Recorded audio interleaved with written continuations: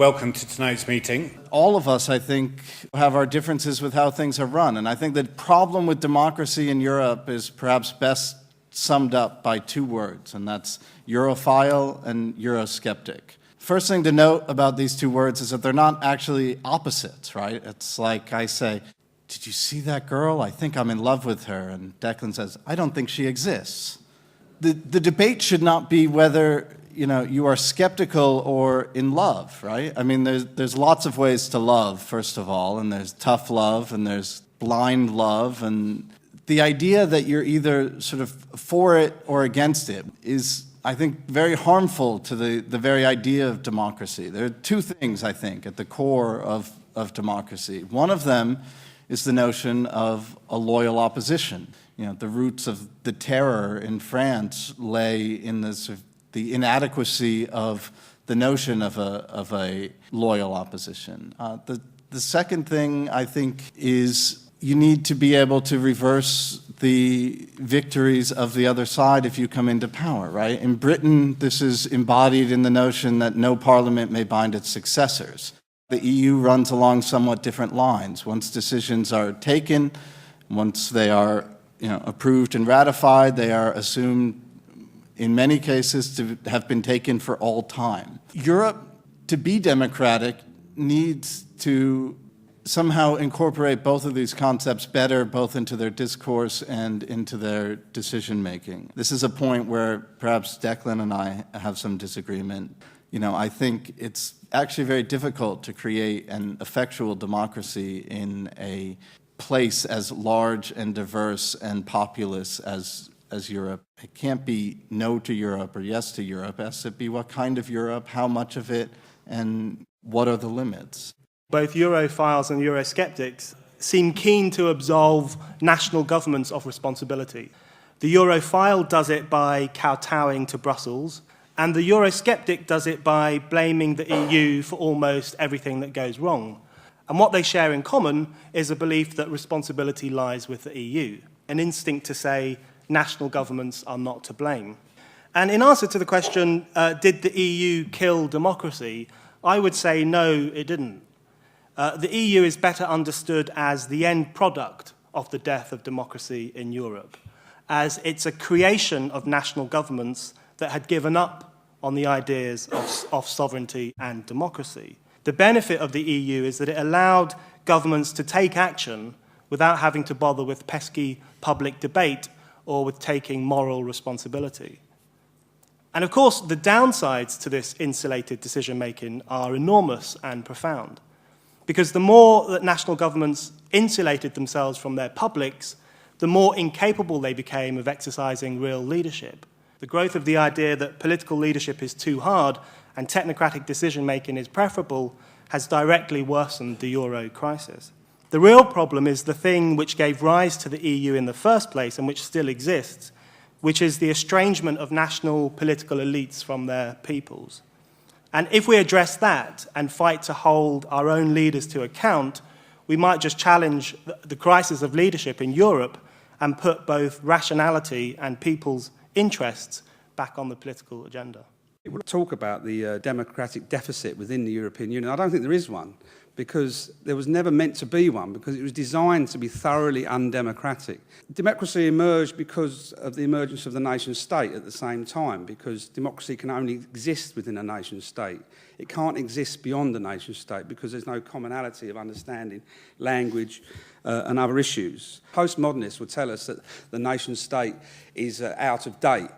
Well, it certainly isn't. What the globalisation has told them is that the nation state can't have any power.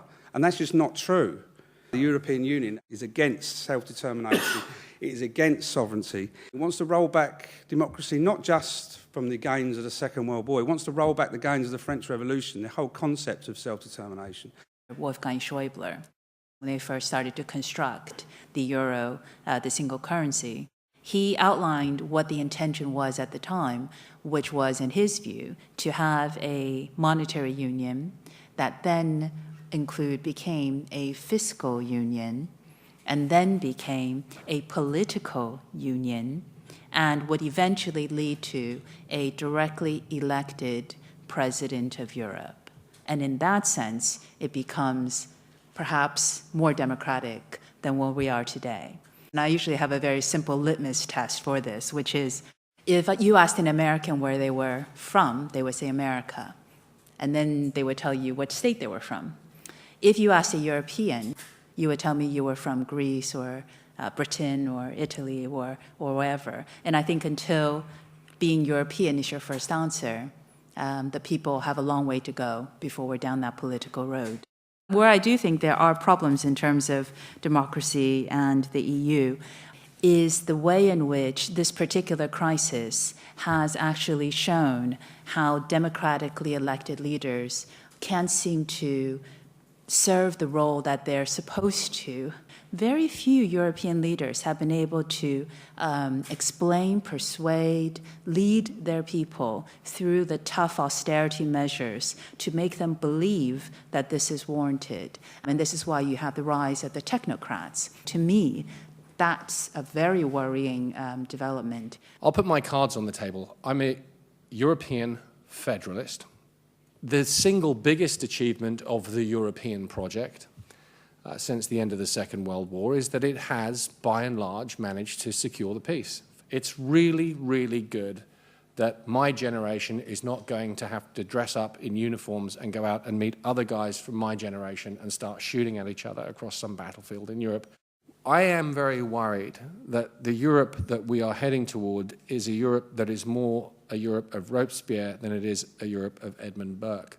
The sovereignty of the individual and more power is being passed to institutions in the centre and away from the citizen. We have to dramatically reform this now. We have to create competition, a competition of big ideas.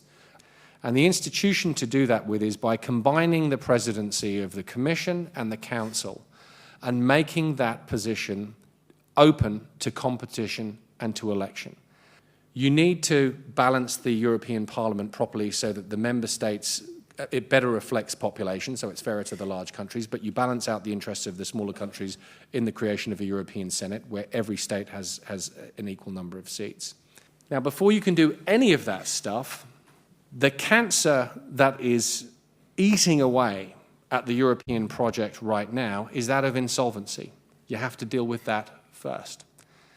And we have to embrace the idea of bankruptcy again in Europe, that we allow the freedom to fail for financial institutions that cannot continue. We cannot transfer pre-failed risk to taxpayers.